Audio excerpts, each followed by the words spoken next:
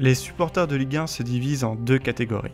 Ceux qui ont un pistolet chargé et ceux qui creusent. Non, mais rien à voir. Comme je disais, il y a deux catégories de supporters en Ligue 1. Ceux qui ne peuvent pas blairer Anthony Lopez et les supporters de l'OL. Et moi, où je me situe dans ça ? Eh bien, je suis supporter des Girondins de Bordeaux. Et comme vous le savez peut-être, nous sommes devenus complètement apathiques par rapport à ce qui se passe en Ligue 1. On sait qu'on va finir entre la 10e et la 12e place, notre passion pour le football est morte, et donc je me considère capable de garder une certaine neutralité dans ce débat-là. Même si j'avoue, ces petites roulades-là, elles m'ont fait beaucoup rigoler. La question du jour n'est pas sur ça, mais sur le niveau de jeu d'Anthony Lopez. Parce que là aussi, il y a des avis très différents sur lui. Et en même temps, c'est pas très étonnant, c'est un gardien très spectaculaire, mais il y a aussi quelques grosses erreurs qu'ont parsemé sa carrière, et forcément ça joue sur l'image qu'on a de lui. Alors Anthony Lopez, en stats, ça donne quoi cette saison ? Bien, c'est simplement le radar le plus complet d'Europe. Certes, sans très grande surprise, il est en dessous de la moyenne en ce qui concerne les sorties aériennes, mais pour le reste, il est dans les meilleurs. Que ce soit son taux de réussite sur les passes longues, son nombre d'interventions en dehors de la surface, mais aussi la distance de ses interventions par rapport à son but, et enfin, l'indicateur phare, celui du shot stopping, qui est basé sur les post-shot expected goals, qui permettent d'estimer le nombre de buts qu'un gardien aurait dû se prendre d'après la qualité des tirs cadrés qu'il a subis. On compare ça au but réel qu'a pris le gardien, mais on enlève les CSC, parce que ce n'est pas créé par un tir cadré, et aussi parce que quand Fernando Marçal décide de marquer sans arrêt dans le but de Lopez, on peut se dire que c'est pas de sa faute. Petit problème avec cette formule que j'utilisais et que StatsBomb aussi utilise, c'est qu'on ignore quand un gardien se met le but contre son camp. Et donc, dans l'état actuel des choses, Lopez se situe comme ça parmi les gardiens de Ligue 1. Mais si on prend en compte le fait qu'il a marqué 2 buts contre son camp, ses performances l'éloignent alors beaucoup de Keylor Navas et même le mettent derrière Mike Maignan, du point de vue du shot stopping. Après, si on commence à s'éloigner de la notion pure de shot stopping et qu'on transforme cet indice-là plus en indice de performance, on pourrait aussi considérer de pénaliser le gardien quand il concède un penalty. Et sans rentrer dans le détail, si on fait ça, Anthony Lopez recule aussi à cause de ce qui est arrivé face à Brest. Personnellement, je trouve qu'en faisant ça, on commence à s'éloigner de ce qu'on veut mesurer, mais ça peut nous permettre de comprendre pourquoi il y a une perception très différente sur Anthony Lopez, entre ce qu'il est capable de faire si on ignore ses erreurs et ce qu'il fait quand on les prend tout en compte. Du coup, si on prend seulement la deuxième version de l'indicateur où on a inclus les buts contre son camp et qu'on reprend aussi les 4 autres statistiques pour les gardiens de Ligue 1, où se situe Lopez ?